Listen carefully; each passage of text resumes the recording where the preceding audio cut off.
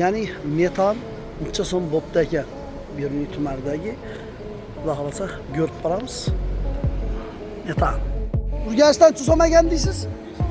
5200 so'm. Bu yerda 4,5 ming so'm, ya'ni Beruniy tumanida 4,5 ming so'm ekan.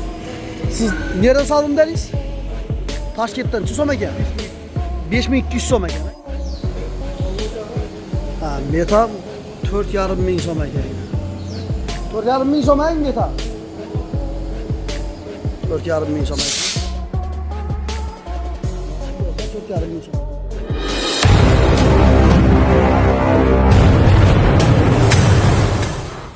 Assalomu alaykum, hurmatli Xalq bilsin kanalining obunachilari, sog'mi, salomatmisizlar.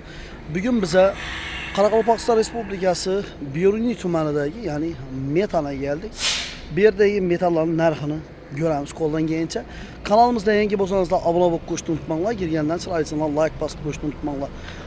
Ya'ni metan necha so'm bo'pti ekan Beruniy tumanidagi. Xudo xolasa ko'rib boramiz. Metan az narxini ko'ramiz. Metan solishga geldik. Xudo xolasa ko'ramiz. Necha so'm? Assalomu alaykum. Alma. Ha, metan 4,5 ming so'm ekan. 4,5 ming so'm metan.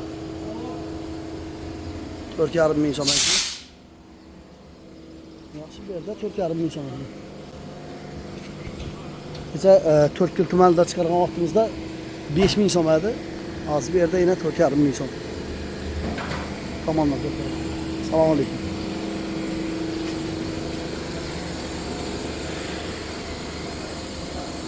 Yerda mana, ya'ni metan 4,5 ming so'm. Urganchdan necha so'm ekan deysiz? 5200 so'm. Bu yerda 4,5 ming so'm, ya'ni Beruniy tumanida 4,5 ming so'm ekan. Siz nereden saldın deriz? Toshkentdan necha so'm ekan?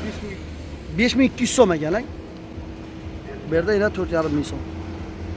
Ya'ni Beruniy tumanida. Az endi qo'ldan kelsa so'rab ko'ramiz. Qaytib keldingiz. Do'stlar, Urganchda 5300, 5200 dedi. 4 yilda alasa 5 ming so'm aqsam tushirdik. Bu yerda ya'ni 4,5 ming so'm ekan.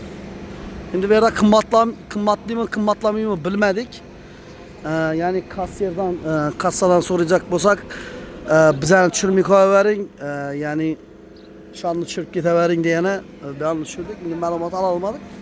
Xo'p, mayli. Metan ya'ni 4,5 ming so'm ekan bu yerda.